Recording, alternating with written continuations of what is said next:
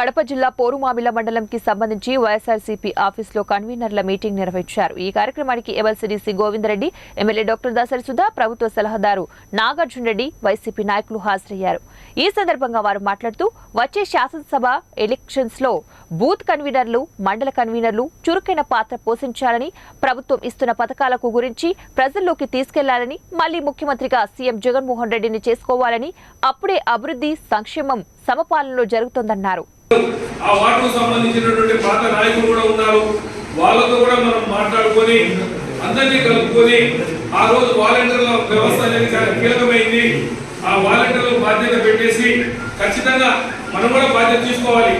ఆ రోజు ఎంత మన నాయకత్వం అందరి మీద ఉంది. ఖచ్చితంగా పోలింగ్ 80% దాదాపు పోల్ కావాల్సిన బాధ్యత మన మీద ఉంది. కాబట్టి కొంతమంది కోవిడ్ పోయినలు మన అపోజిషన్ ఉన్నారు. ఉదాహరణకు ఈ గాజుల టీకి 18 ఓట్లు ఇలా బుద్ధిగట్టలో ఉన్నాయి. మళ్ళీ ప్రస్తుతంలో 18 ఓట్లు ఉన్నాయి. నా పంచాయతీ మెజార్టీ తీసుకురావాల్సిన బాధ్యత. ఎందుకంటే సంక్షేమ పథకాలు అందరికీ ఇచ్చాం. అభివృద్ధి సంక్షేమ పథకాలని ప్రతి కుటుంబానికి ఇచ్చాం.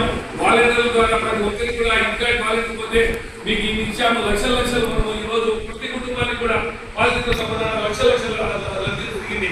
కాబట్టి ధైర్యంగా మనం ప్రతి నాయకులుగా మనం చెప్పగలుగుతాం, చేయగలుగుతాం. కాబట్టి జగనన్నను మళ్ళీ మనం ముఖ్యమంత్రి చేసుకోవాలంటే మీరందరూ కూడా వారిని చిత్తశుద్ధితో పని చేయాలని చెప్పేసి మరి కార్యకర్తల మీటింగ్ కూడా మరొకసారి టౌన్లో పెట్టేసి అందరూ కూడా కూర్చొని చర్చించుకుంటే బాగుంటుందని చెప్పేసి నేను తెలియజేస్తూ సెలవు తీసుకుంటాను.